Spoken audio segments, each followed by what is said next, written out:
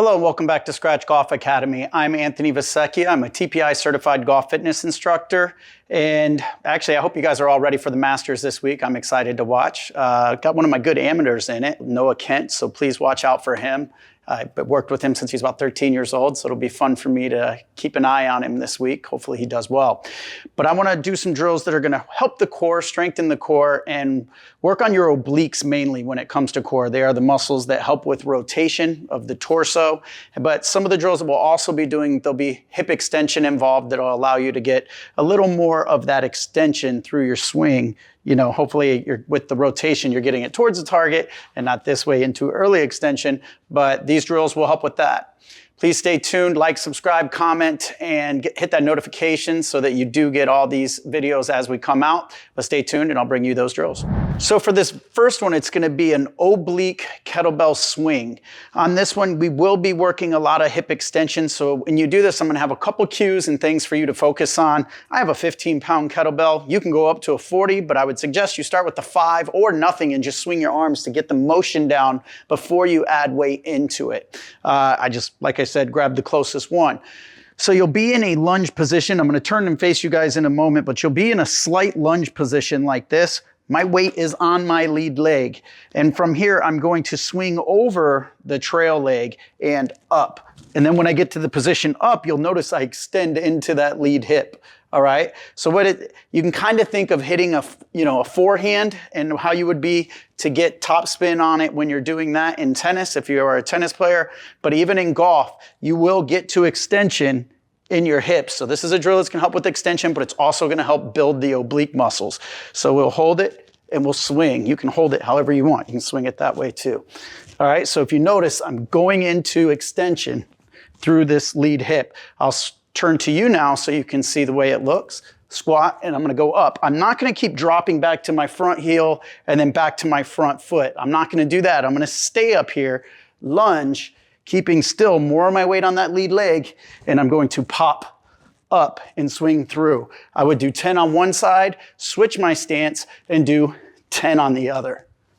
Okay, so obviously you're gonna get some thoracic spine rotation here, which means your obliques are working. They're helping with that rotation, but you're also gonna get some of that hip extension as well that you will need for any power, any rotational sport. They all have the aspect of hip extension. Even baseball, you're here, that hip extends, okay? They're all gonna extend. Tennis, it will extend. So that's a really good drill for not just golf, but for many sports. Now for the next one that we're gonna do, I should have kept that kettlebell.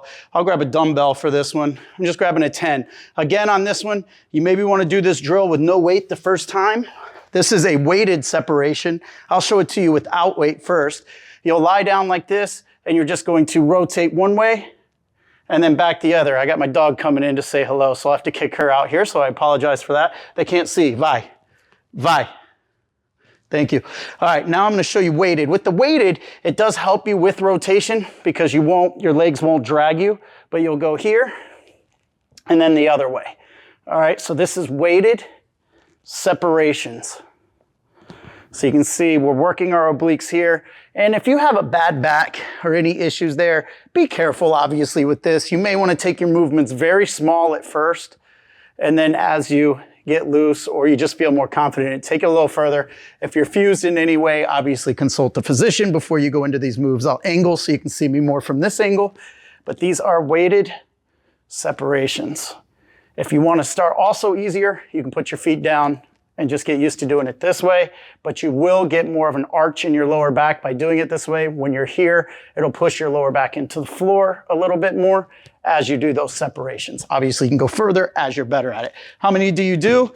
I would do about, I would say 8 each direction, so 16 total, and then rest, and then do 3 sets of that. And now for the last one.